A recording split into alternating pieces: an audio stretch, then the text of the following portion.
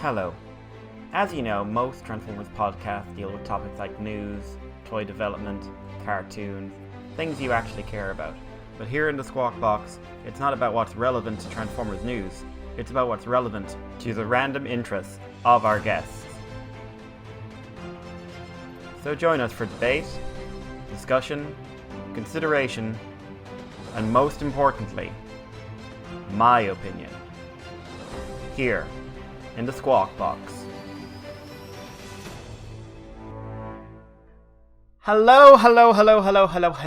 Welcome back to the Squawkbox, our irregular show where we get someone on to talk about literally whatever pops into our heads and seems vaguely interesting. It's Mikey, as always, and I am joined today by a man who believes in fictional, superstitious, supernatural creatures that can fly and hover, and I think it's a wyvern or something like that. You work on wyverns. So it's funny because I'm actually wearing my Easily Distracted by Helicopters t-shirt today. It's the one that was on the top of the laundry bin, and it seems prophetic or something. Oh, yes. Also, I have been waiting about 6 years to work that joke in with you, so I've actually this is a bucket list moment. Okay. Do you want to actually introduce who I am? Do I have to? It is nice. Aaron. Everyone, this is Aaron Aksmith from WTF TFW. Hi. Hi, how you doing? I'm sure you're feeling welcomed by that one. Yeah. Yeah. So eyes not twitching that much, but we can move on. So Aaron, as you know, this is basically any topic we came up with, and when I was messaging you about this, you hit on something interesting. Was you are, as they say, an engineer. Mm-hmm. You engineering things. Yep. And I spreadsheet real good. Yep, that man has Excel sheets out the wing wang. And it's rare enough we talk to people with an actual understanding of that side of creation, of development of something, and the cycles go through it. And with Transformers, especially now, we're starting to get more and more of an eye, sort of a peek behind the curtain. Yeah. So I thought it would be interesting, like, if we kind of talk about it from development of Transformers from the perspective of someone who's in the know. And especially something I'd be interested in is how, as someone in the know, what it's like sometimes when you see some of the discussion that goes on online. So this can kind of take any direction you like, really. Okay. So is there anything you'd like to start off with? So I think a thing that's frequently not thought about in our fandom, when I look at boards or read Twitter, the hellscape that's becoming, and everything of that sort, is I really feel like we are in a bit of a, if not golden age, strong silver age of Transformers design. Because we're starting to see, part of it goes back to even like, the joke that everything is a remold from Silverbolt. And I think that there are a lot of people that feel that negatively, that's a bad thing. But in reality, I think that it really shows the power of, getting the most out of the engineering of something. And then also, it's very clear now that Hasbro and Takara Tomy are using, CAD software, computer assisted design software, in order to get a lot more out of everything. And both of those, and especially with the peeks behind the curtain for Transformers that we've never gotten to see around, like the couple of the Pulse exclusive, HasLab exclusive things, seeing things like mold layouts and CAD design, really, I think should start to open people's eyes up to how, I don't necessarily want to say miraculous some of the work is, but how much it is impacting current designs, and I think giving us better toys, better figures, better collectibles than I think we would have gotten before without those design tools and that ability to kind of freestyle things. Because like I just actually literally not for the show or for this context, but I got Metal Hawk yesterday. And yeah, he's a big finger sneer quotes partial of Cyclonus, but short of like the way that his shoulders look and a couple other pieces, you'd never know. And when you see, you watch the Pulse exclusive videos or whatever, like they specifically said like, yeah, we were trying to think about how we could do Metal Hawk, and it wasn't until I forget which Japanese designer they said took a look at it and said, oh yeah, I can make that out of Cyclonus. And yeah, there's his shoulders, kind of the wing bits, a little bit of the way that the lays work, those are the same, but yeah, so much more mechanisms to them that I don't think, if it wasn't for modern design and design sensibilities, we wouldn't have gotten this Metal Hawk. Or if we did, it'd be a lot, I don't know, plainer, or it'd be some deluxe, or maybe they'd kick it off to the legend size to be like, hey, we did a Metal Hawk, shut up, nerds. It's actually interesting you say that. So I it's not a secret that I'm not buying, at least up until recently. I've actually spent more on figures in the last couple of months than I have in years.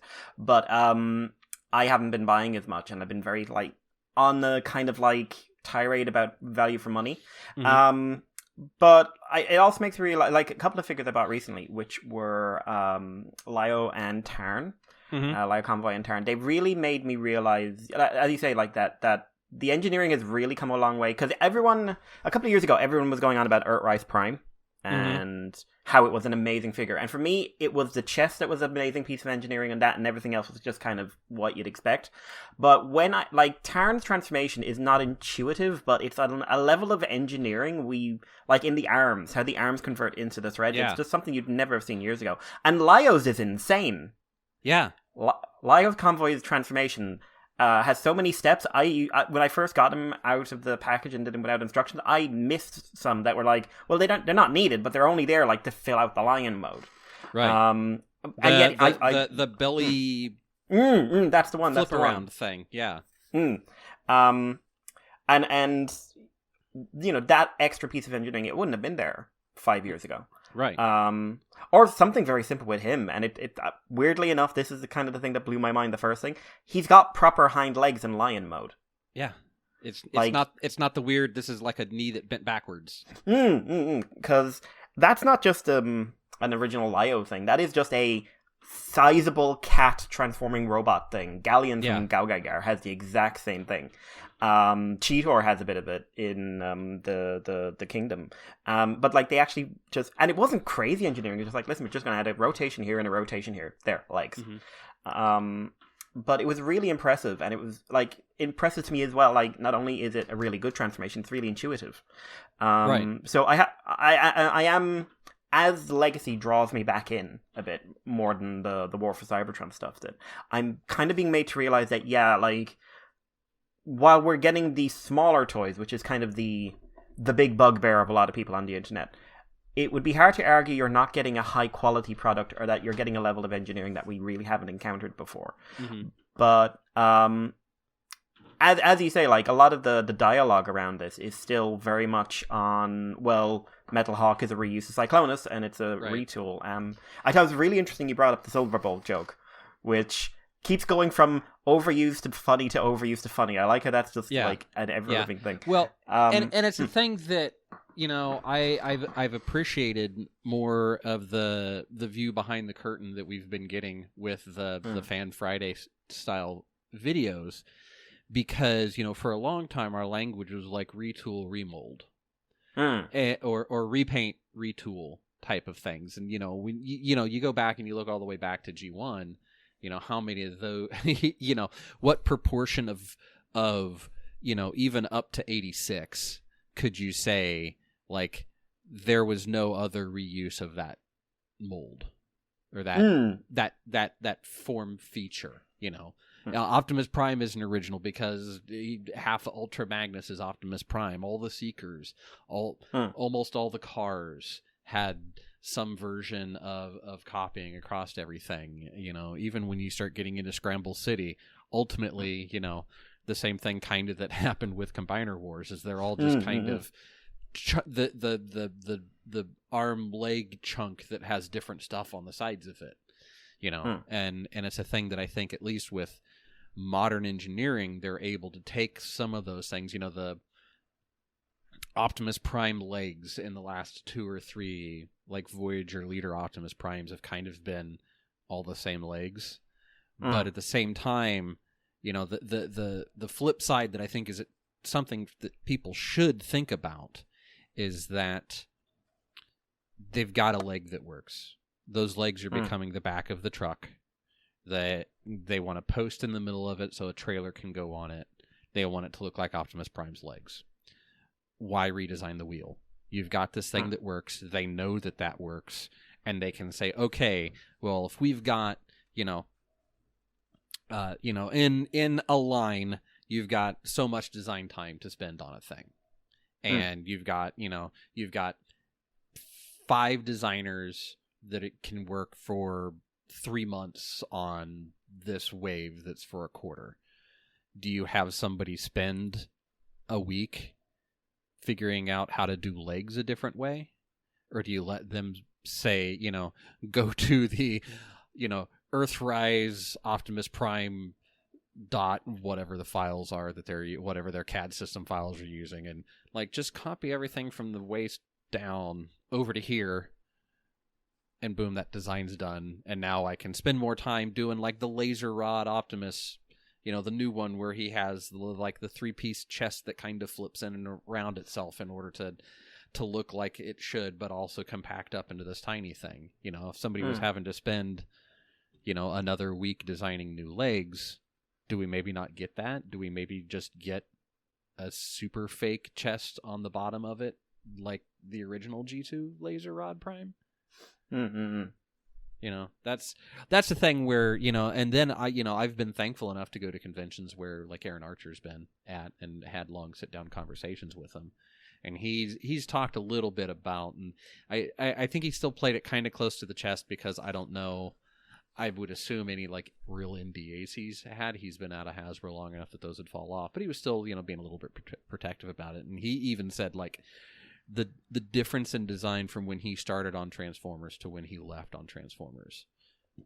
Just the, because he talks about, sending grid paper scan, faxes back and forth from Japan of how to, potentially do a thing where they're having to do, old school manual drafting, 3-view type of views at how they think it's going to go and trying to communicate in that language, versus now where it's you can send a CAD file where you have, ball joints act like ball joints and pinned joints act like pin joints, and you can just say it goes whoop whoop and that's it, and then be able to collaborate across that as well.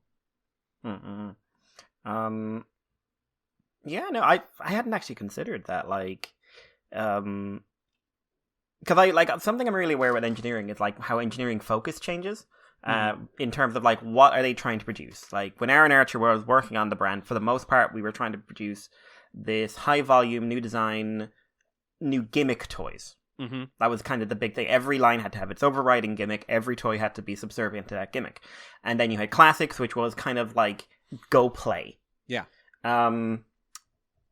And then you'd have animated, where every toy has to function within this real. We love it. We love it to death, and we love Derek so much. But it was a restrictive design philosophy in terms of translating these bizarre proportioned robots into vehicles that they got very good at by the end. But it never occurred to me the simple means of communication has changed so much. I suppose in my head I always kind of pictured okay, back in the day you just picked up the phone and then said, listen, I wanted to do this, this, and this, and just well, no, you're talking about lines of communication, design methods, everything else that are not easily communicated in words. Being able to send over a computer design that's listen, I made this bend this way. Does it bend that way for you? Could it bend better? Right.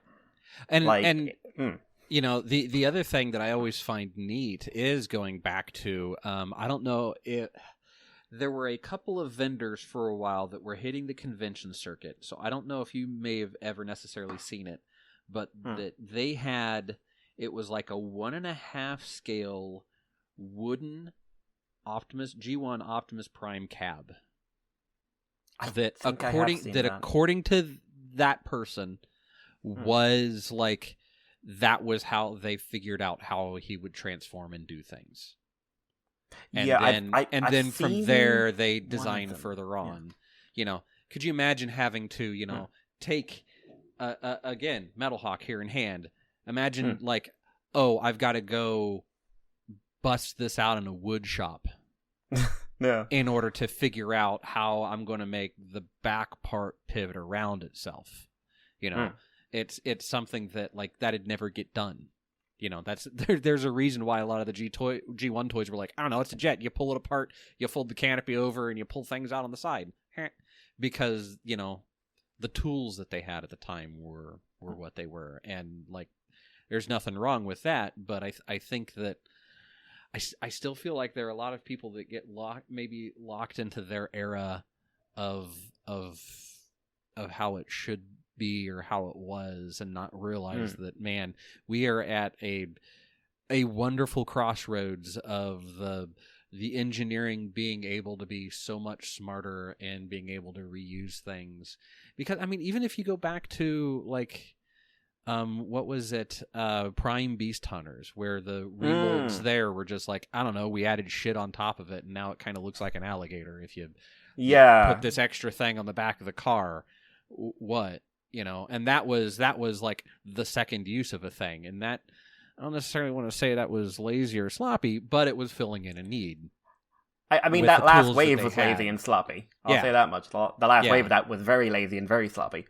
But you know, it's a thing that I just get like eye twitchy in my soul when I see somebody say like, I'm not going to get Metal Hawk because he's just a repaint or just a retool. It's like, no, they're not. Or, you know, the inevitable Dino King that's coming with the with all the combining Dinobots, that I'm sure they're going to do other exterior feature things to it, but it's definitely a place where I think that more, I don't want to say more kudos or more lauding needs to go to the current design team that's able to, you know, be a lot smarter with things, but like at least don't be so crappy about it, man. Come on. Yeah, it's interesting you bring up Metal Hawk, because one of the things that's really drawing to me, because I was in Smith's there a few days ago, and they've got him in, but I'm like, I'm holding off because I've got some big purchases coming up in the next month or so, and I'm just going to say he'll go down under 30 soon, and then I'll get him then. But and then he'll disappear, and you'll be forever angry at yourself that somebody else got him all. Yes, I still don't have a Motormaster, which is also a really good one to discuss about this. I'm going to a Comic-Con in Dublin tomorrow, mostly just to annoy Nick Roach. Okay. But like one of the stalls there was showing pictures of what their stocks were, and I was just like, Motormaster. If you don't get Motormaster, I'll have to figure out a way to come across the Atlantic and just one good solid slap and then go home. I'm so annoyed because it's exactly the kind of, like, 1, it looks like a really good toy. 2, it's a fucking super robot. Yeah. 3, even without the, like, I've only got drag strip for the limbs, but even without the limbs, I think what they did with him is fantastic. Yes. And so, like, I might allow myself, I'm getting an art print off Nick, and I might get, like, okay, one big purchase, and then I don't need to eat for the week or something like that. Yeah. But I'll front you all the ramen money you need. But no, you know, Motormaster, I completed him recently, and it's kind of rough that, you know, the legs just kind of are, you know, fill in his calves, so he's got like dancer's legs now instead of like drywall stilts. And you know, okay, the 2 legs, they are basically, you know, they're light retools of each other, but the way that the arms work, they use similar systems between the 2 of them, and I'm pulling a blank on all the limbs names right now because I'm a fan. I know, drag strip's an arm. Drag strip, and I've got the internet here. Why am I being? Oh, it's Dead End, and I only remember that because I was thinking Cyberverse. Yeah. And, they're very similar in how they work with that pull-apart mechanic, which is even, like you can jimmy it with a butter knife or something to get them apart to see how that works. But even with the way that works on the arm, that's another thing where I am sure that was a lot of work in, like, somebody sitting there tinkering in CAD, in whatever their CAD, SolidWorks or whatever system that they use to see. Because his arm's all crunched up, then you put the car on it, and then it's just a matter of you use one pin, and it has the perfect clearances to loosen them, and then unfold the whole arm. And it's such a thing that I think if that was done, again, not in CAD, not with reusing or remolding or whatever, even though it's partials now, that just design engineering cost would have probably doubled or tripled the amount of time that would take to make those actions right. And then in which case, engineering is about getting the best results with the least inputs. That fundamentally, pretty much no matter the branch of engineering that you're talking about, that's what engineering and design is about. Anybody can build a bridge, right? You just keep putting dirt and concrete there until it's high enough. But then you've got, why are you bridging this thing? Probably because there's a river. Okay, well, now you've got to have a place for the river to go. Well, what's the river load going to be like? Well, now you got to design for that. Okay, well, what if we don't use, $400 million in concrete and instead, use steel and use concrete pilings? Okay, well, how long does this need to stand? These are all very basic engineering questions, but it's the same sort of you've got your constraints, you've got the more the stuff that we learned with the HasLab things of okay, well, Unicron has to go on so many molds. Here's what the molds look like that we got to use. Okay, well, how do we design for that? Especially with Star Saber, where they were talking about okay, well, we've got clear plastic. We really want the clear plastic cockpit, but we can't have a full-size rack by itself be clear plastic. Okay, well, we're doing this stand. Let's put the stand on the same mold rack as that. And then you do those sort of layouts. And that's why, sometimes you'll see a toy that has, a part that's molded in one color but completely painted in, and, especially if that's some tertiary color, well, each one of those steel blank molds, Lego talks about for their, what was it, the last time I saw them talk about it, for their 2x4 bricks, which is their basic, when somebody says Lego brick, it's the image that pops into your head unless you're some sort of weirdo. I like the triangular ones myself. You son of a bitch. What was it? Their molds for the 2x4 brick make 16 of those bricks at a time. Granted, Lego is very high precision. It's part of what makes the Lego system work. But their molds to make those bricks, last time I saw a number for it was approximately $50,000. Just to make the steel molds that they use for injection molding. And those steel molds get approximately 100,000 cycles before they start looking at, do we need to go and touch them up? Do we need to go and repair them? Yeah. So I'm guessing that Hasbro doesn't quite require Lego block precision on molds. Well, but still, still a level of precision you wouldn't find from many other action figure companies. Yeah. And so you look at that and you say, okay, well, if each of the molds for a toy are that, and there's maybe 4 or 5 different molds, and you're okay, let's come down a step of that 4 or 5 molds. Let's say that's $50,000-$60,000 just in steel molding purposes, just assuming you're going to only get, let's say the same cycle length, 100,000 shots out of it. That's the investment to make one. Every one that you make after that, your initial upfront investment comes down. That's part of BotCon back in the day when they were getting exclusives And you know, part of it was, are these molds still available? Do they work? And then when they were making custom heads, you know, that was maybe part of the problem from time to time, is instead of doing steel molds, which are much more expensive because they're harder, they last longer and everything, they would be doing aluminum molds, which I didn't know that. Aren't as strong, but at the same time, they're not saying, hey, we want to get 50,000 cycles out of these. A lot of times it was like, we want to get 5,000 cycles out of these. So that's another place where it's like you have the give and take of those. Okay, well, what are you going to be expected to do?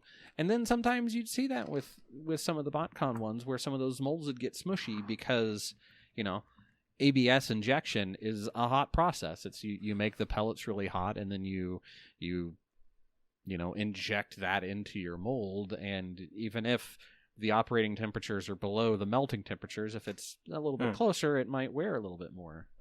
Yeah. And eventually, no matter how tough something is, free, you know, it's basic like expansion contraction. Eventually, something's going to give. Yeah, I mean, valleys exist because water ran through it. Yeah, water. Unless you live in certain parts of the nation, water's not that hard.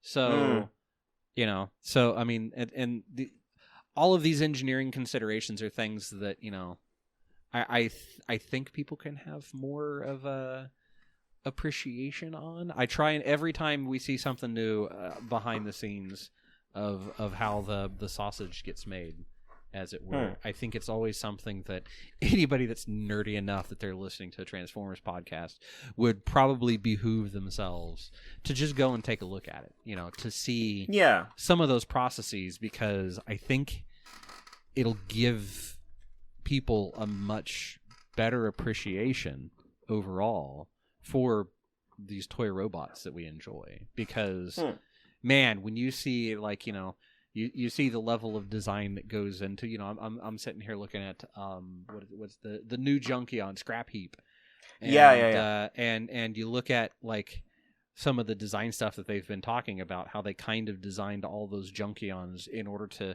not only come apart the way all the Izers did before, but to then be like, oh, well, if you've got one of the motorcycles, you know, or if you've got two of the motorcycles, well, you can turn, you know, Junk Heap into this like chariot thing. And, you know, that's all interesting code design stuff that I don't think gets nearly enough credit. It's why I always bitch about like hidden features that show up on stuff, because, you know, somebody spent a day or two making sure that, you know, the little pop-out things looked right, and then it never gets called out on the instructions or anything. And it's like, well, like, I feel sorry for whoever spent time on that, because, you know, no kid's going to get a look at that. What was that? Was that Classics Galvatron that was the tank that had the with the little hidden, feet? They had like a hidden third mode when he got stepped down from Voyager to Deluxe. Or that. You know, some of those things I always feel like a small amount of heartbreak for, because, you know, somebody put a lot of time into that, and their, you know, cool design work doesn't get surfaced nearly as much as it should. And in that case, like, you had a design that really probably would have worked at the larger scale, and then when it turned down, it just like it fell apart. Yeah. But it's kind of, so you're talking about like the language that goes around on these on the internet, and I've got a non-Transformers one that's kind of interesting to me now. Among sort of Jurassic Park paleo fans at the moment, there's a lot of discussion about the Beast of the Mesozoics line versus the Hammond collection. So, Beast of Mesozoic, they're done by a fella called David Sylvia, and they're kind of supposed to be high-end, scientifically accurate, posable action figures. Whereas the Hammond collection are the movie figures that are supposed to be like the Lightning collection for Jurassics. Okay. So they've done Triceratops, they've done Tyrannosaurus, what else? Raptors, Baryonyx, and a few of the humans and stuff like that. And in general, like, you'll find the language is, oh, the Beast of Mesozoic line, they're really, really super expensive, and they're painted up the nines and everything else, but they're such better figures, they're made of much more solid plastic. Whereas, the Hammond collection, they're fun kids' toys, which is a funny thing to say. But they you know, you can feel the hollowness and everything else. But, like, I'm coming at it from a different perspective, because I started going into the Beast of Mesozoic line from a perspective of a collector of, at the time, 15 years, 20 years. And what struck me was how the engineering was so rudimentary on them. The joint, it's a classic case of all the joints are there, but they're not usable. Okay. There's a torso swivel, not usable in at least the first wave of Raptor figures. I'm actually getting some from the Ceratopsian and the T-Rex line, just to see if the engineering is improved. They can't stand up on their own. The Raptors can't stand up without a support rod. The toes are removable for different poses, but if you do that too much, the toe joint is going to become so loose you can actually swivel it with like the tip of your finger. Like it spins. Mm-hmm. And yet the Hammond collection, the Raptor design is probably one of the weaker ones, but it's stable, it stands. It's got basic articulation. It's what you want. The T-Rex is the same scale as the big Beast of the Mesozoic one.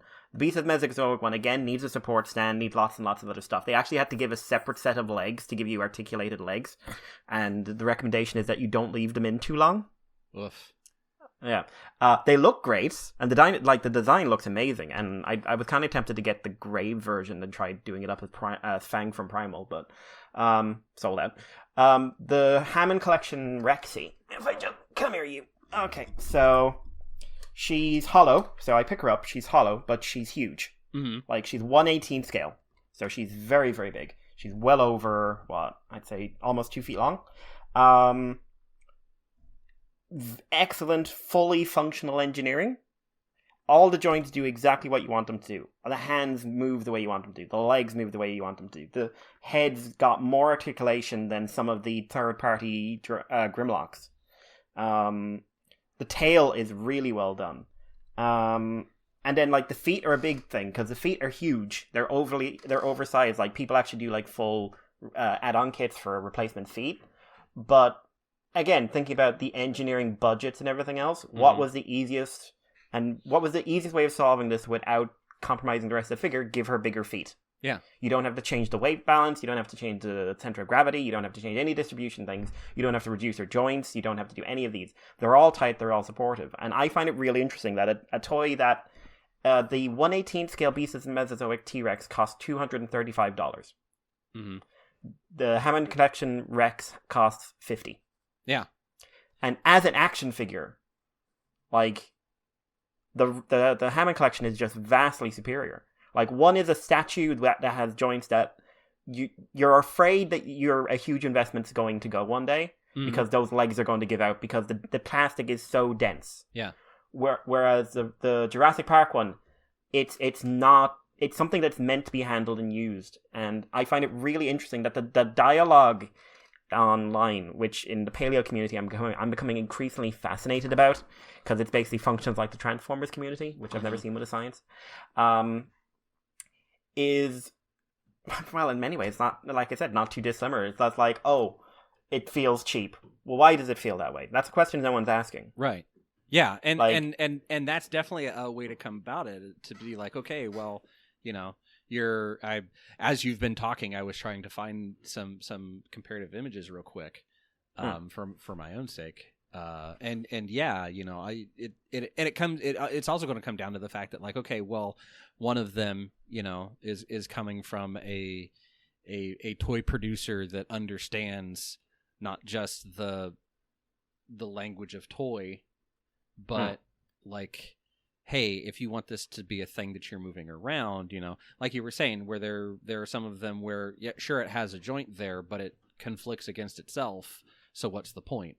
You know, versus, you know, looking at Rexy, I can see a couple places where it's doing that, like, looks like they're like deep inset cup type of things for around her neck.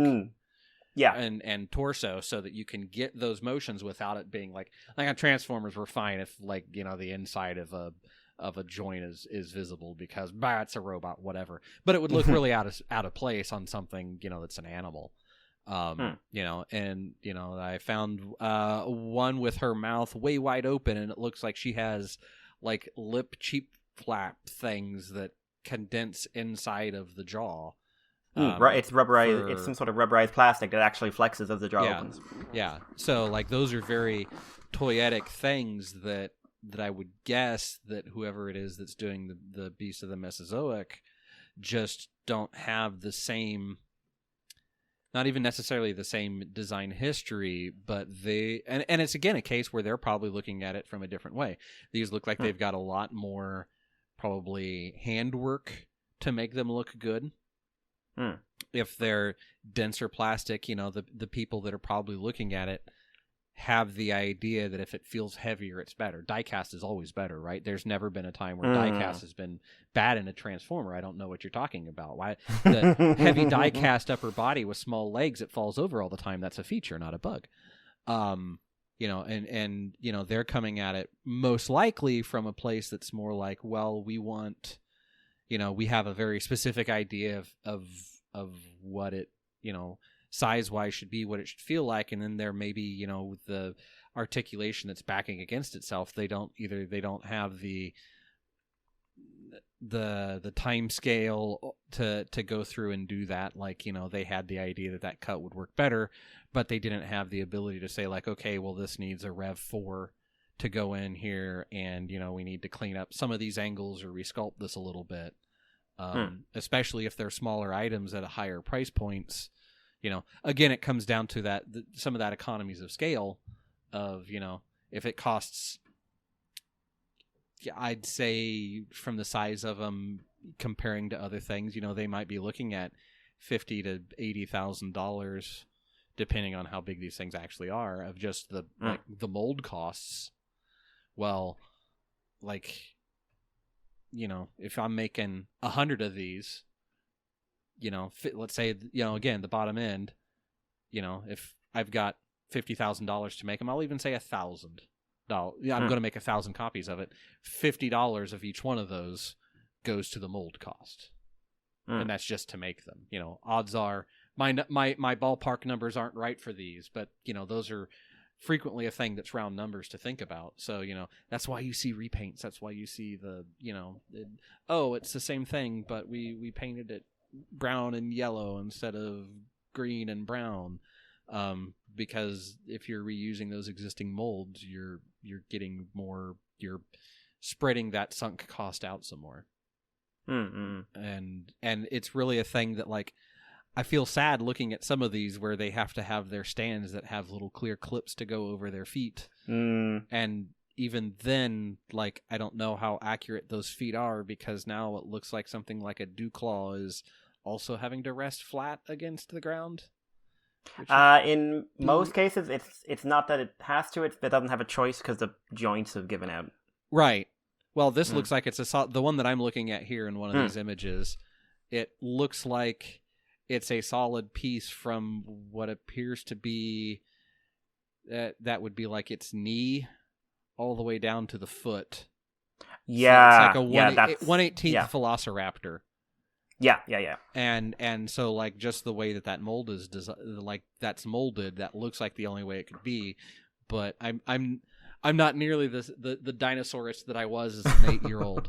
But I don't think that is quite how such a leg would stand with an ankle that extended yet low to the ground. I would assume it would be more like any digitigrade thing, or the dog or cat's hind legs where they just walk on their toes ultimately, and instead their ankle is up high. That doesn't look like the way it would be unless it was in a very specific, about ready to pounce moment type of thing. Yeah. So I don't know, these Beasts of the Mesozoic kind of look like crap and are expensive. This is my ultimate shame. So I was like, when this was originally Kickstarter. No, it's a sad story, actually. I was super into it. I was like, as an action figure guy, I was like, oh my god, I gotta get in on this, the Kickstarter. I ordered like 12 of them at the time. Not the smartest thing I ever did. I remember getting the box, and I was I had a really bad experience with the shipping and everything else, like, kind of turned me off the guy. But the box arrived, and I was so excited. I took him out, and I was fiddling away. I'm just like, why isn't it doing...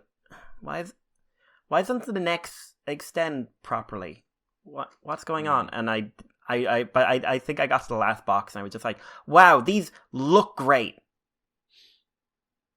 And then that's where my dialogue stopped. And then every review afterwards, from dinosaur websites and stuff like that were from people who collect the static dinosaur figures, like Papo or Collect A or something like that. Okay. You know, you see them in like toy shops all the time. They've got that row of just like static, mildly nice dinosaur figures, with an opening jaw if you're lucky. And they were just like, wow, this is like what I already collect, but like it moves its legs. And I was just like, yeah. But once you've moved that leg, you really pray that that stand is going to hold it, because those stands are awkward as fuck to get into position, and they don't clip on properly. Yeah. So you're struggling. Like, I've still got one. The rest all went by the wayside. The Ceratopsian line and the Rex line, I want to try one from each because I want to see if the engineering improved. The Ceratopsian line, at least they're quadrupedal, so that kind of works in your favor, I suppose. So you're going to have to bust out some of that old action figure, like what were the ones that were really bad about it, like the Marvel.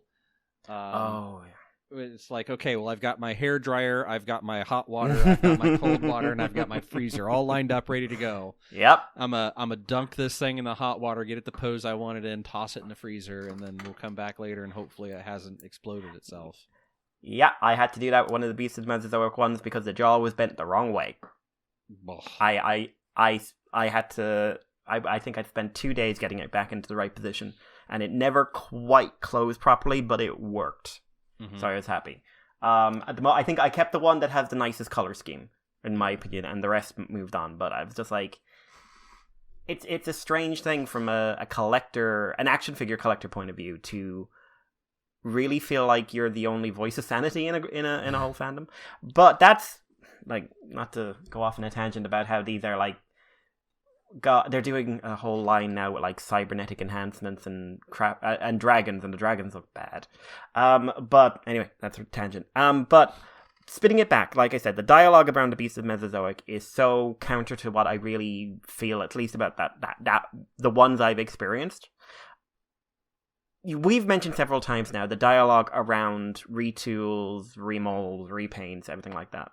Mm-hmm. And we've also mentioned, like, right now we're probably in, and I think it's really hard to deny this, we're in a really good time for engineering, to the point where, like, toe line is revealed, and my big takeaway was, wow, I'm surprised they only remolded the head. And I was thinking about it afterward, when did I get to say where that was a shock to me? Like, oh, we've got a new head. Only a new head? Well, okay. Yeah. Oh, no, it'll do. But what do you, like, you've mentioned the dialogue around these, so how would you kind of, like, what are kind of the big takeaways you have from, like, how fandom is reacting to the modern Transformers toy?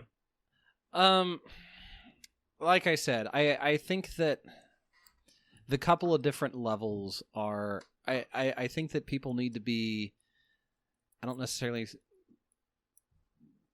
mean more aware, but to really more think about the fact that, like, you know, people are, you know, somebody wants to say something about toe line only having a head remold.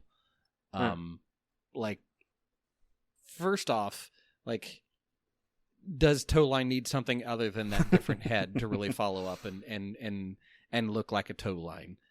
Maybe a kind of clapped out junkie on toe line, but, you know, he looks very toe line as he is. And then secondly, like, okay, if it was going to be an entirely new toy, do you think that for what was a Machine Wars figure that got rolled forward into Robots in Disguise RID as a kind of filler, would we have ever gotten a toe line if it wasn't what this is, that's basically just a rehead repaint? You know? So that's always the other side of things, that, like, there's somebody out there who 2001 was their original introduction to Transformers, and it was the weird one, you know, the one that, like, just kind of came over and Saban did it, and we still don't have. Do we have a kosher way to get copies of that, or is that still in the weird Saban, like, mire, because Haim Saban's a bunch of stuff that's way, way off topic for this discussion. Like, you know, there's somebody out there that this is such a touchstone to their childhood that may not have otherwise gotten any sort of recognition. back to robots in disguise. And, you don't have to buy all the toys. It's a hard lesson I had to learn a long time ago, because that can get expensive. Yeah. But, I think that, take a look at it. If it's for you, it's for you. If it's not for you, it's not for you. And if nothing else, like, appreciate that, like, hey, I can get this kind of mystery machine looking son of a gun to go alongside a bunch of other toys that I have, and like now I want a transforming Scooby-Doo. Enjoy that. I've seen a couple of those customs. Wheeljack might be good for it. I don't know. He's turning into a big creepy pedo van, right? That actually. So, oh no, go on. But you just put something into my head there. But go on. But and think about it, because I didn't see, is he coming out mainline, or is he going to be I think he's mainline, like the Buzzworthy that's getting a bunch of the other repaints. Either way, like it's a thing that you can totally pass on too, and that's I think the other thing that frequently gets me, the people that I see spending a lot of emotional energy getting fired up about a thing that maybe just isn't for them, like movie masterpiece stuff. For the most part, blackout aside, like I've passed on those, because masterpiece for a while there was getting very bad about being overly complex for what I didn't feel like. It was a bunch of great engineering, but I didn't feel like it was great engineering in for benefit of the toy. Or for whatever, it's trying to match, this weird line of something that was based off of a G1 cell when they were just churning through those. Okay, that's cool. That's for somebody. That's not for me. And so I used to try to keep up with, early on in the normal masterpiece line, was trying to keep up with them. And if I saw a good deal, I might pick them up even after that fell off. But I just kind of realized that, like, hey, I really don't feel like the masterpiece line's for me. For the most part, I feel like they're more expensive than what my target point is now. They've got great engineering, but they're not frequently fun to transform. So, like, knowing what my limitations are, I go, hey, that looks neat, that looks overly complex for me, but I'm not going to spend hours and hours and hours blasting anybody that does like them, because why? And maybe that gets away from engineering and fandom and people in fandom. But like, just be cool, dudes. Don't yuck other people's yums. Don't get upset, because I will guarantee you there are multiple people out there that are losing their mind that RID is getting a mention. That a very visually distinctive RID character is getting a release that it's never happened before. Has anybody else done toe line, even third-party stuff? I know that other people have done, like, the Optimus Prime fire truck out of that. And God, there's been the banana. The only RID I can think of is like the Banana Prime, and that was non-transforming, and Skybite, I suppose. But... So like, things like this, I think, are great secondary uses of a mold. They're great. This is such an engineering budget save, because it's just find the right colors to match the existing molds. I would bet this was done in the very beginning with the design, and they probably have, they probably have gates on that mold that go from the kind of Ironhide Mohawk eye patch looking head to this other head, and saved a whole lot of money. This is, engineering wise, this is to me a pretty prime example of like a lazy repaint that is actually very intelligent, because they probably thought about it in the very beginning. And again, it's weird if you've got good design criteria in the beginning. Hey, find potential like pre-molds. I think that some people were calling them for a while. Yeah. And find ways to make those work well and go from there. So yeah,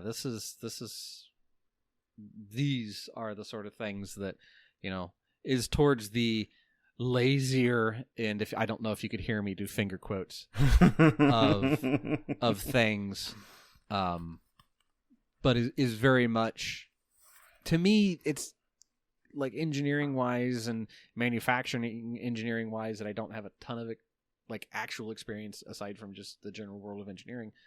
Are, to me, these are hits out of the park. These are again low effort, but then that lets them say, okay, well, we need 4 things for a case of 8.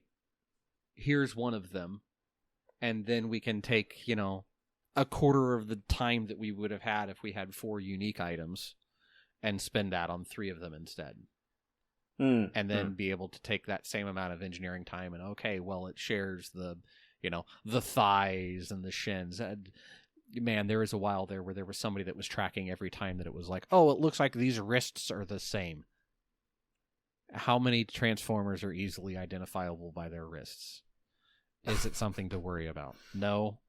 Let them copy that forearm that works over from another one and spend more time figuring out a clever new way to transform a thing, or a clever new, way to do whatever, or to give them more time to work out the right shape for the chest and, get to spend another couple of hours designing that to trim in the look versus just like,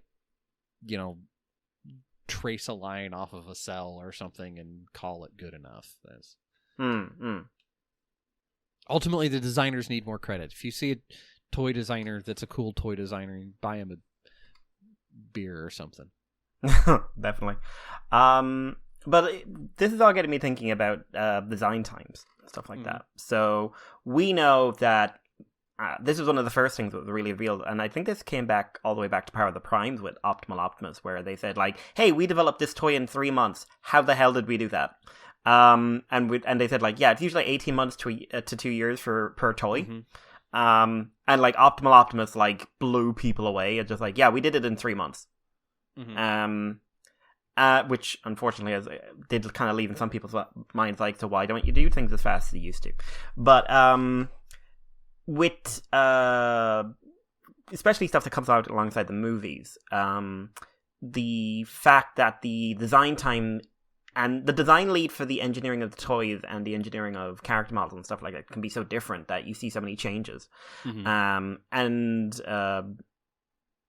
like, the reason Wheeljack got me thinking is because now there's this, I saw it in the last couple of days, like, someone who's a friend of a friend of a friend is now saying that Wheeljack's going to be redesigned for the film, a la Sonic. Yeah. Don't know if I necessarily buy that, but apart from the fact that, look, when has a friend of a friend of a friend ever been wrong? True. They did tell me that one black cat would get me, and he had a knife. So, but like, one thing I was thinking about when Sonic happened is that how much merchandise had they made that they either did or they had to consider scrapping because it wouldn't be marketable based on the design in the film. And if they did change Wheeljack at the last minute, not only would we suddenly have this massive divide between an engineering lag and, like, you'd have to have another Studio Series figure to have your complete collection, but they're already suffering from an engineering lag because we've seen, like, the Studio Series, the CAD model or the character model available for RC from that film is clearly based on an older design than what they used, even with the extra year of development time, which presumably wasn't a year of development time. It was a year of sitting on toys you'd already made. But then they talk about Skyquake, and Skyquake's a really interesting case to me because one of the things they said in the behind the scenes was, oh, we really took on board a lot of what was said about RC and Bulkhead. And I was shocked to hear that, and just like, you had what, 6 months? And like, we saw early designs of Skyquake, and he was very much in the same vein as RC and Bulkhead. He was very much very, very much a G1 Skyquake with a bit of edge to him. And, like, hybridizing him the way they have to make him a bit more like... He's very much a lot of, like, Prime's outline until you look at the details, and then you start seeing a lot of the G1 in him. But, like, the amount of lead-in they had to do that, and no doubt changes to the engineering, to the actual transformation scheme, maybe changes to materials as well, and, like... Like you said, like, they don't get enough credit. they don't get nearly enough credit. Like, it's insane. That ability to, pre-production being able to rapidly change things in the toys is definitely something that's attributable to CAD. It's attributable to being able to, like, change the look of those things. And it's, kind of back to the movie-wise, those characters changing. I mean, at a certain point, all of that is in, some CG program as well. And so, like, the changes between RC that we really clearly saw between the standee model and the side of the box Studio Series model, all of that stuff. I've seen plenty of stories where they're like, yeah, the movie wasn't actually done with the editor until, 48 hours before the premiere, or what's the classic story of the Avengers where the shawarma scene wasn't at the debut scene. They were like, oh shoot, we should all get together and do that, and that's why Cap's got his hand on the side of his face the whole time, because he had a beard because of what he was shooting currently, and so, and again, that's a rough thing, because if you think about it, okay, well, the lead times in the past were up to, I remember Aaron Archer saying it was something like, for Armada, they were already designing Cybertron, in the beginning of designing Cybertron, when the first Armada toys hit the shelves. Didn't know that. Like a 2 year and change. Like, that was probably them, like, doing the first layouts of, like, okay, who, what's our gimmick going to look like? What's this? What's that?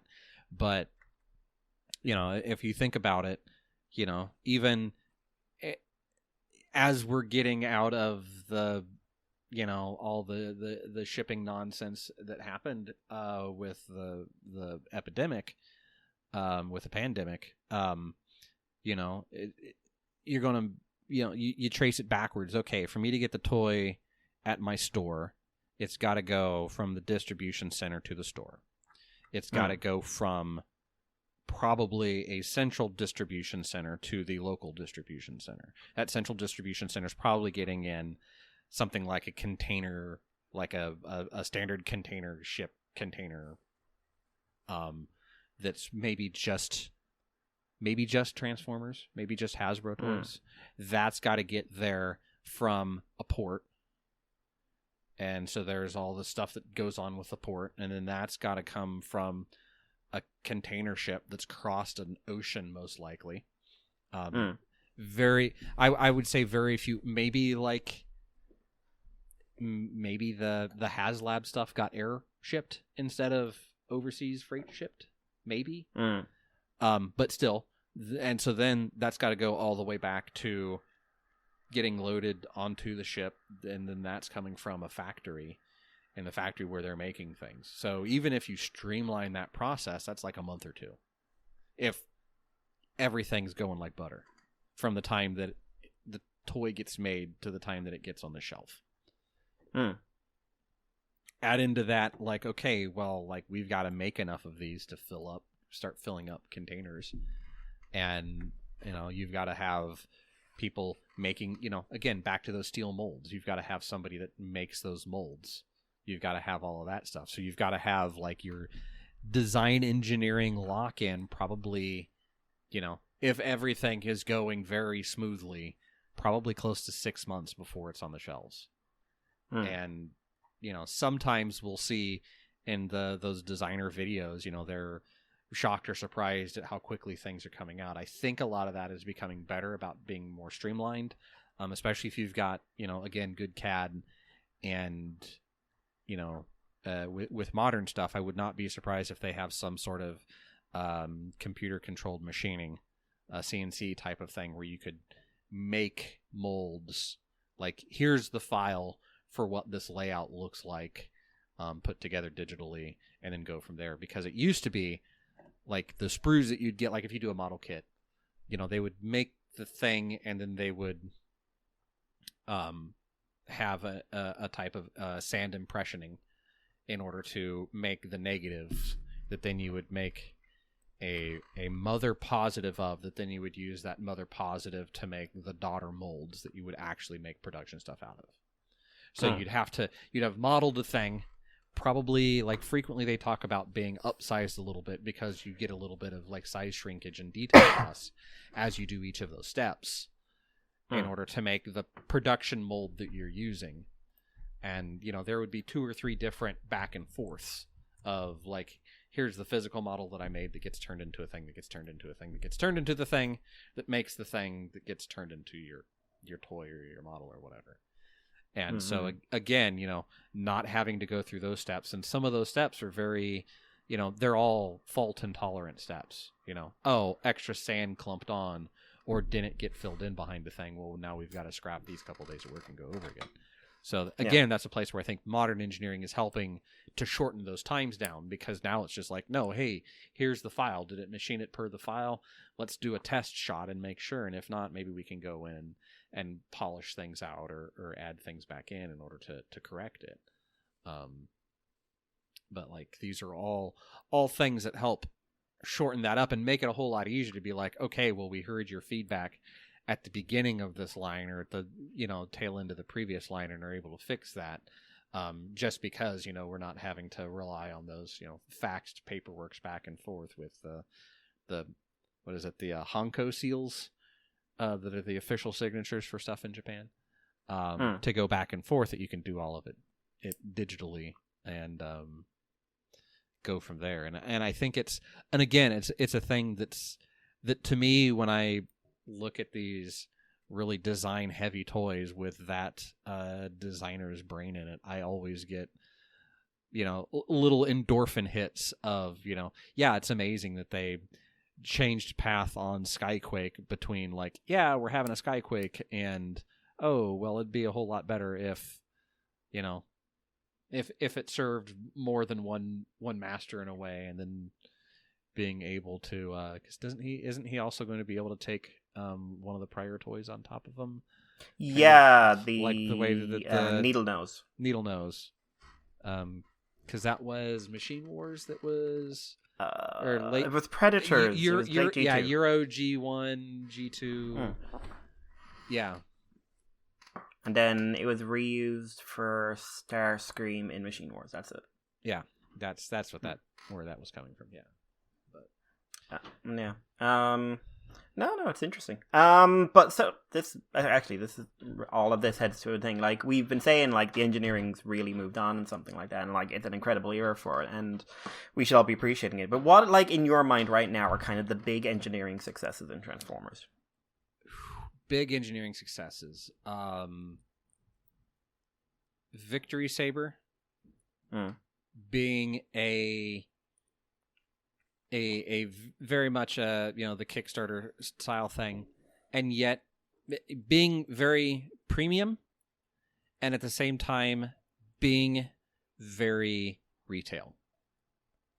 Because you could take that Victory Saber toy and play with it like a retail toy, be able to know most of the way to do it off of the kind of design language that Hasbro's built of how you change things between modes, and not see it as a thing that is, some special premium product.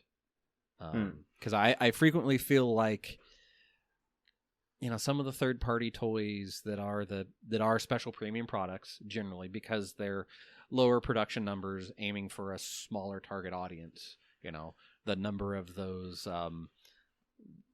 Planet X style, I they look at my Planet X IDW Grimlock. Yeah, like that. could that be done in? Could that have been sold at a Target or at a Walmart or at a Smith's? Not as it is. Yeah, exactly. And so when I look at things kind of from, like, design, manufacturing, engineering wise, that's always one of the things that's kind of in my mind of, like, yeah, those toys are really neat. They are.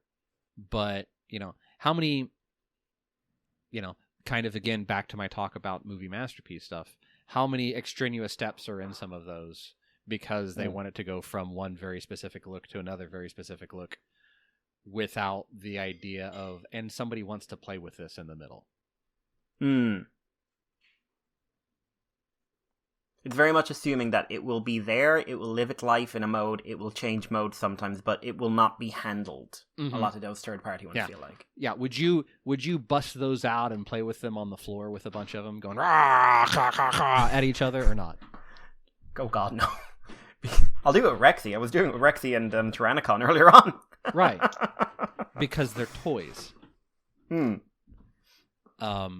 at the same time, I will say, okay, again, the one movie masterpiece that I do have, he's on my desk, is Blackout. Because I've got the helicopter sickness. I believe that they exist. I've signed some drawings on that aircraft. Oh, which is always a cool thing. Just because I've done that. So in that aspect, it has a special spot, and and it is impressive the way that the sponsons on him have the arm in the middle of it that come apart and are able to maintain the truly unworkable way that the Michael Bay movie toys, robots transform. That they might as well be beast machines for as realistic as the transformations actually are, and the fact that they're able to make a transforming toy out of that also has its interesting engineering and the thoughts that go into it. And it's definitely, again, a place where it's like, okay, well, these are much lower production numbers, they're much higher costs, so you can do a lot of stuff that you wouldn't do in, again, the retail idea of what a toy is. And so that's kind of bullshit coming from both sides of what I think are interesting engineering actions out of some recent toys. I'm super interested to actually have all of the parts of the combining Legend scale Dinobots in hand. Because, again, that's a different place that I think, the way that even the first two go together with their, 7 different points that they connect would be, again, something that it'd be very hard, I think, to do in a non-heavily CAD-assisted design manner. But I've got the first two in his torso, and it's friggin' rock solid. You have to take it apart to get it apart. I think that's awesome. And especially for two little $10 toys. I remember when a $10 toy was a deluxe, and his name was Hot Rod, and he had an actual bazooka or whatever, Hot Shot, and no shoulders, bazooka. And no shoulders. Yeah, exactly. That too. You look at articulation over time, and that they're able to get more out of less because they're smarter about design. It's a thing I could really just point and rant at just about anything, and how people are like, but he doesn't have an abductor for his torso. Like, okay. He only exists in 4 dimensions. What? Cool. We made up an extra dimension for him, and he only exists in it. Yeah, they're not made out of flesh, so they can't squish the way that flesh does. I'm sorry. This robot cannot turn into a functional car. Yeah. Well, it takes premium? I was going to put the cheap stuff in it. Jeez. Oh, dear. But on that same note, is there any toy in the last few years that you really felt was not up to the engineering standards you've come to expect? Or, expect is probably the wrong word, come to appreciate. Because I've got one in my hand. But I'm curious if you got any. Tell me yours, because I'm trying to think, because generally I think I do a good job. I've done a lot better job about limiting the, I don't need all the package variations, thanks to my timer and Hartman's. Yeah. JP93. See, I stayed away from that because I thought it looked not great. Yep, I wanted the T-Rex. Yeah, and I didn't have Megatron. Yeah. So, Tyrannicon's great, by the way. Fantastic toy. But JP93 was it was an okay deluxe in 2006. Would be high, and it's made almost entirely out of clear plastic in its bottom half. But it was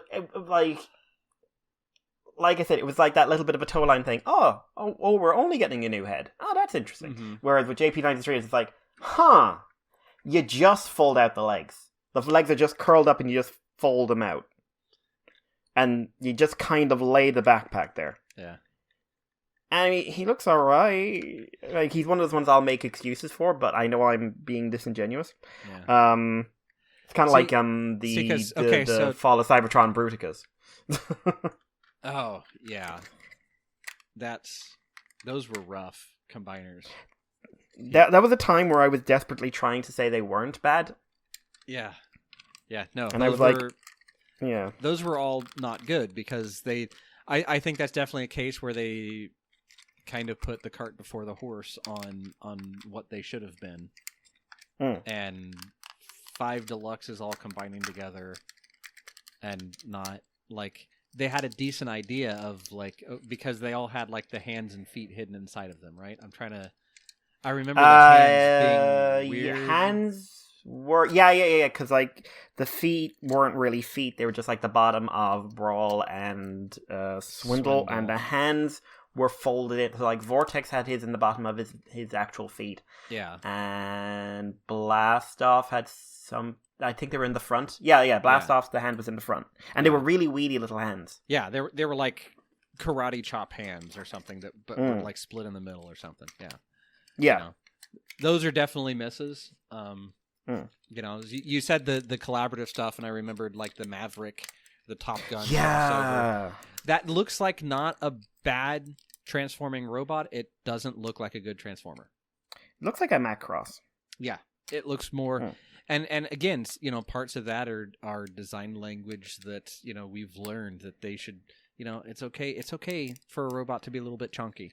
Because that means that he's got something going on. You know, Maverick, because it's a crossover, and that's an interesting thing kind of going back to Blackout, but because that is an F-14 Tomcat. Whoever it is that is, I wonder who, that's probably a different,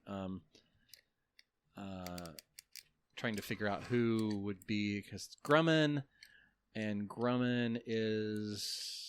Who owns Grumman now? They're just totally defunct and were merged with Northrop. So yeah, Northrop Grumman, you know, they have some, you know, they will have some sort of licensing department, and they probably said, okay, well, you want this to be an F-14 Tomcat, it has to look like this. It can't have that. This discussion that I did specifically have with Aaron Archer. That we had the crossover with Blackout of like he was like, yeah, the people at Sikorsky were very particular in how Blackout looked. And so we had to go back and forth to make sure that like as the helicopter he looked like the helicopter as it should. As the robot, the parts that were on him that were recognizable parts had, you know, certain things had to stay their way.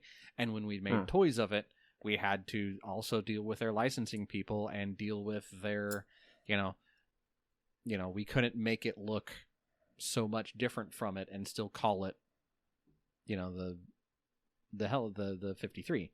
So like it had to be a certain thing. And so that's again a place where, you know, design starts overlapping, engineering starts overlapping with those external constraints that sometimes you're able to work through and make something better out of it. Sometimes it ends up looking like that because is JP93 actually licensed?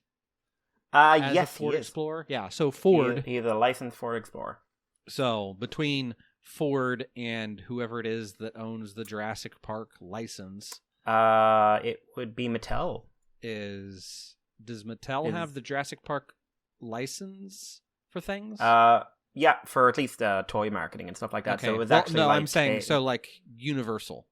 Oh, Universal, yeah, Universal it would be because for the films. Yeah. For the franchise. Yes. Yep. Yes. So like they had to deal with Ford and Universal most likely to come up with what is this car, this car has to look within so much of what those ride vehicles look like. And so then you've got those restraints tacked on top of like, okay, well, we're doing a repaint for the dinosaur. So how much time do we have to put into this cost of product that's going to be a store exclusive or this crossover thing, And then that's where it's just like, oh, well, we've got, 100 man hours to spend on the design of this thing.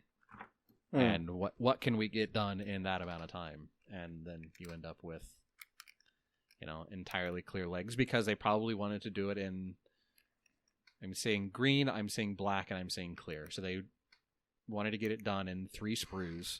So you have 3 colors of plastic. And if they wanted to make the legs, like, because those are all out of the windshields, they've got to be clear. So, like, it's where you can, like, look at things and start walking it back from the other side to figure out how he ended up being so much clear plastic. Yeah,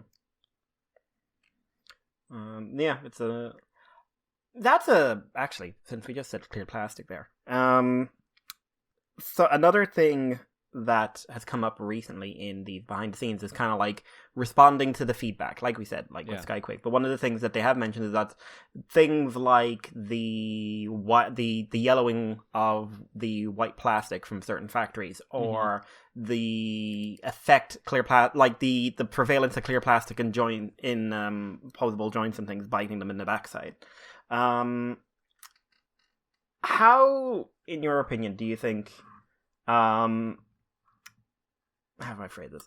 So, with moments like that, where clearly something has gone wrong in either the design or materials process or something like that, how hard do you think it is for engineers and designers and toy designers and things like that to walk back on those kind of errors, or like how many?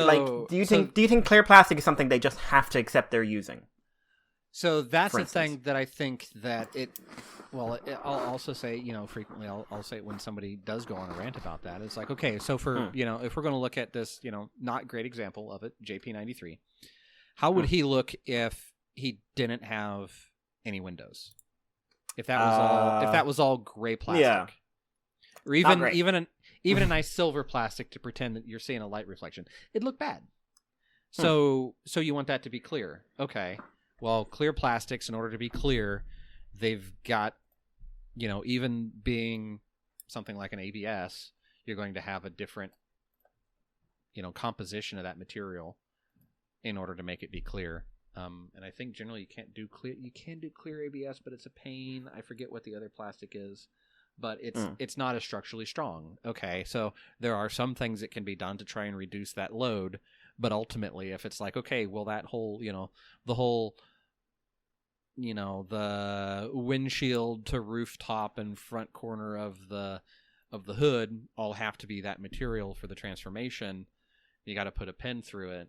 Like, that's one of those things where, maybe they can design a little bit better around some of it for the clear plastic thing. But at a certain point now, like, okay, well, you want the windows to be clear because car windows are clear. They're not painted.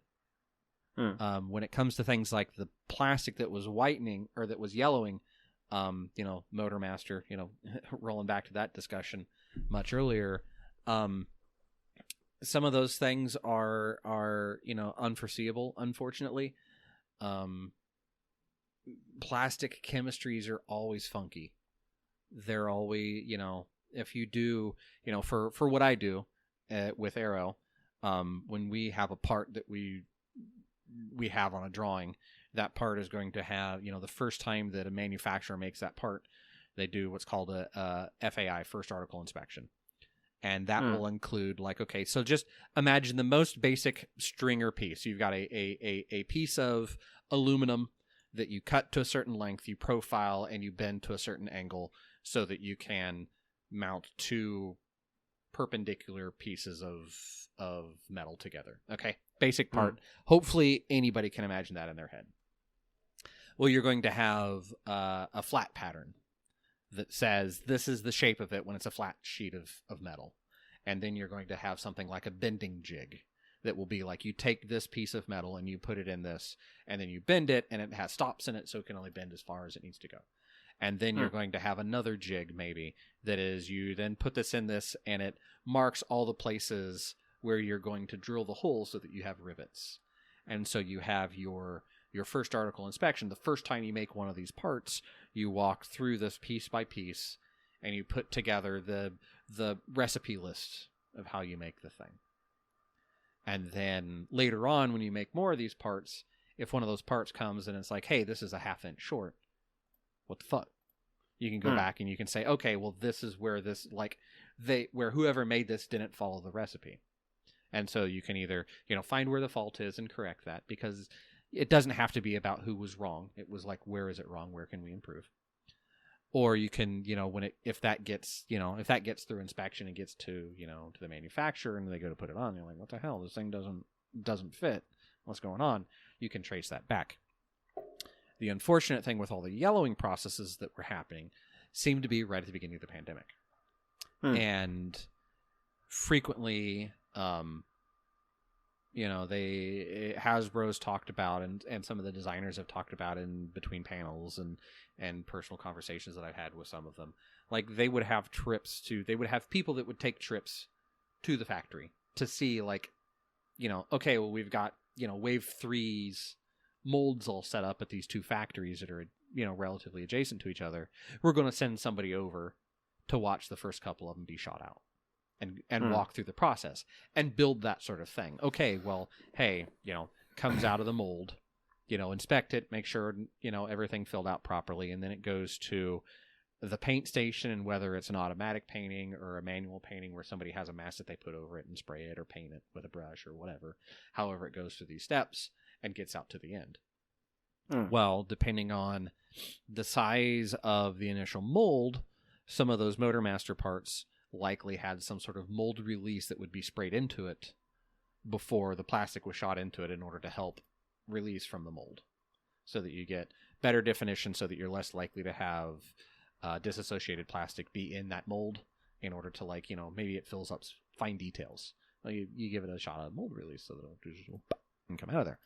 Well, with many of those steps, hey, we couldn't get, mold release A, we had to use mold release B because of supply chain issues. Well, the reason why we called for A is because it's, a light colored plastic, and maybe the stuff that they had to resort to is something that is fine on darker colored plastic because it discolors it a little bit. But if it's a black, you're going to discolor it to darker black, maybe. But if you're doing it on a silver, it really grabs that color. Or it could be, hey, we didn't have the right mix, so we mixed it to the same color, but not with the same material properties. So that's an unfortunate thing where I really feel like global supply chain plus difficulty in travel to have people inspect this, plus, again, the difference of caring, it's a children's toy, ultimately. Like, granted, they're aiming a lot more at collectors now and have been a lot better about being towards collectors, but it was also at the time frame where they were starting to change a lot of their manufacturing from China to Vietnam, right?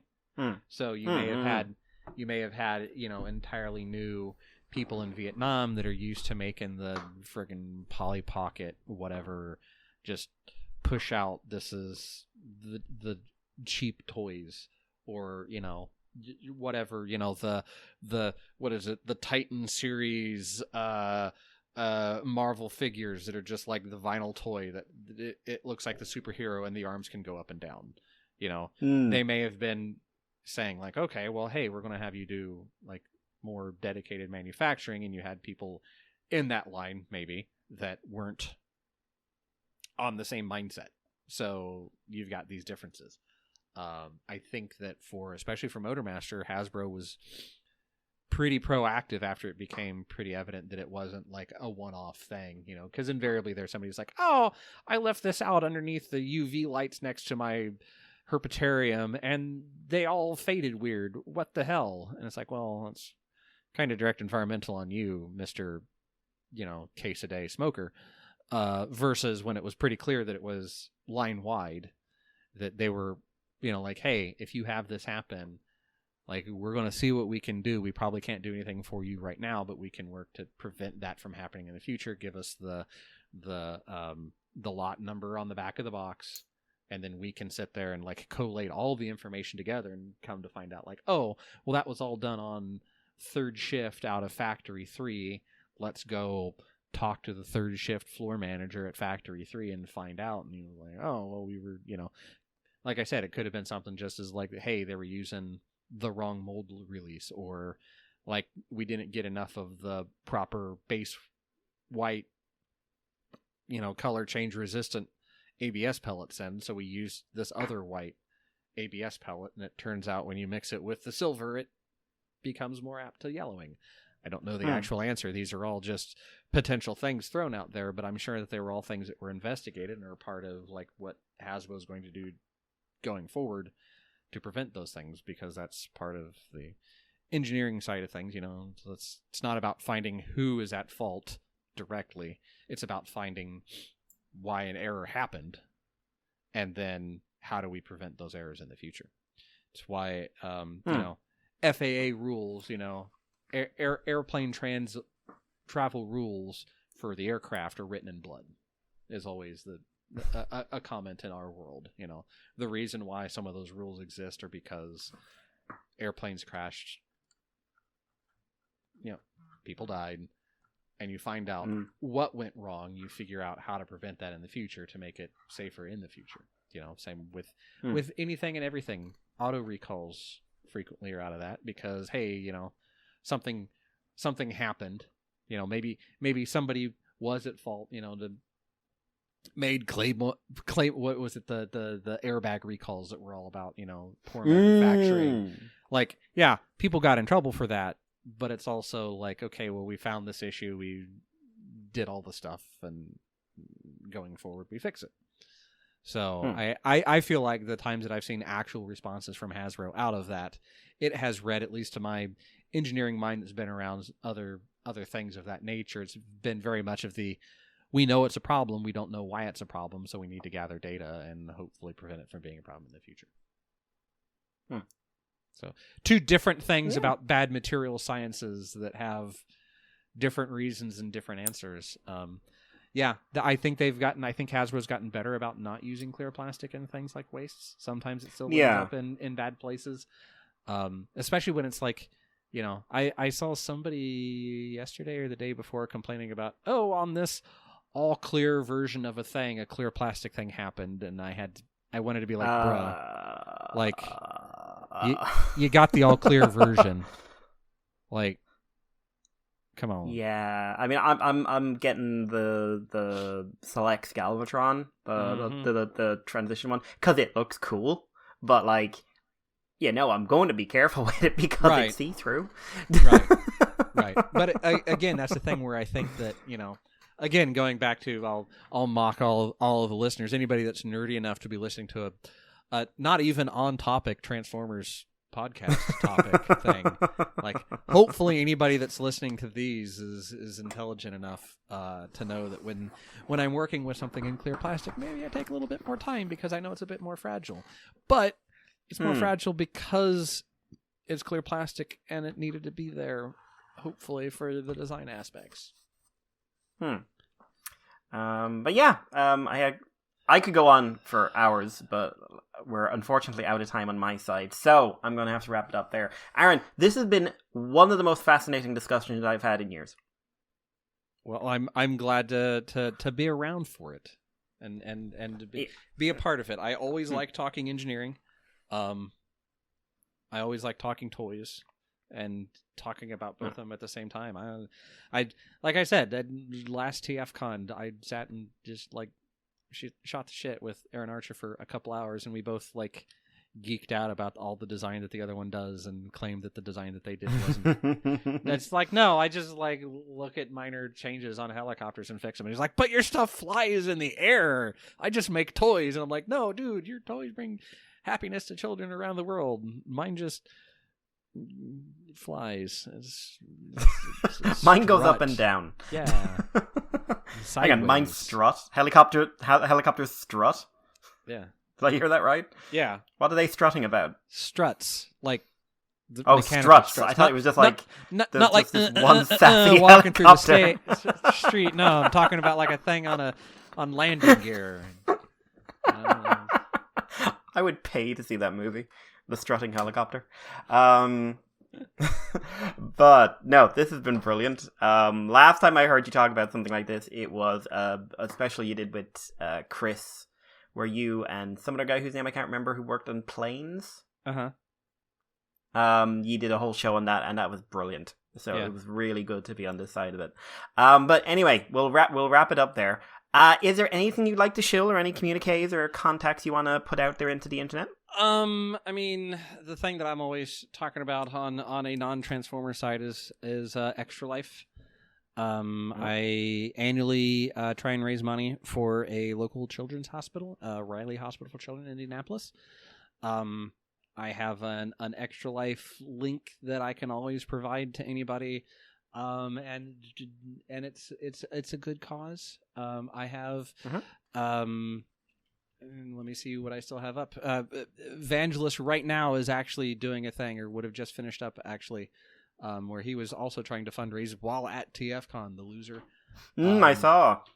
But I have this year I have some incentives if you like the Transformers deck building game for the other thing that I'm passionate about of some board game stuff. I have a couple of incentives that were sent my way that you can then get for small donations or D6s or pick what I play on our big game day. Unfortunately, the board game cafe that was in town closed down, and they were a primary source of fundraising. So I need to be better about saying like, hey man, you want to help sick kids in need?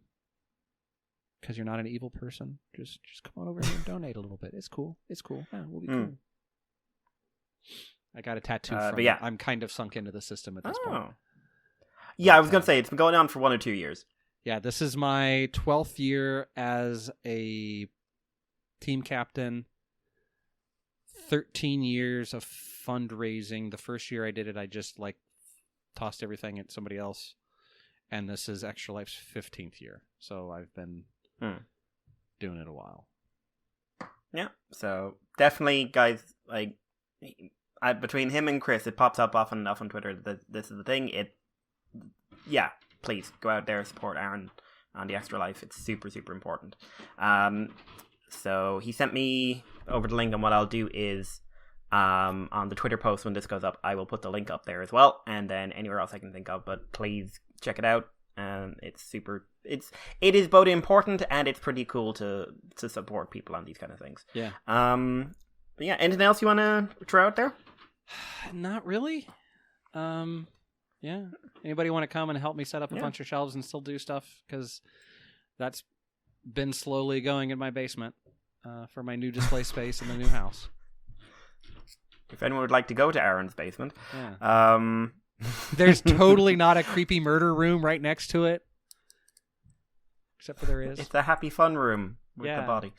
Yeah, convenient drain in the middle of the floor for in case something spills. Well, your drink.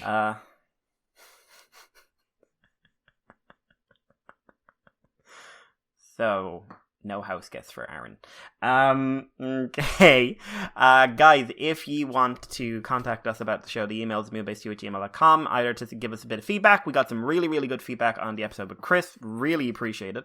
And if you want to make some suggestions about topics we could cover on this, or people you'd like to hear on the show or something like that, absolutely throw them our way. Happy to hear anyone. I only know so many people, and the Transformers community continues to grow without any influence from me. If you want to support us or anything like that, you've got our Patreon, just $2 a month, and you can get this show and a few others like it a week early, and you also get the Patreon exclusive shows like the Moonbase Woo Woo, where it's usually some media that one of us is consuming. It's been mostly Andy at the moment doing the various seasons of Stargate, because my life has been hectic. But yeah, and apart from that, just contact us, keep good, and just keep plowing forward. Aaron, thank you so much again. Seriously. Thank you. Really, Thank you for having this me. has been an absolute blast. Loved it. Absolutely loved it. And yeah, guys, take care and bye-bye. Bye.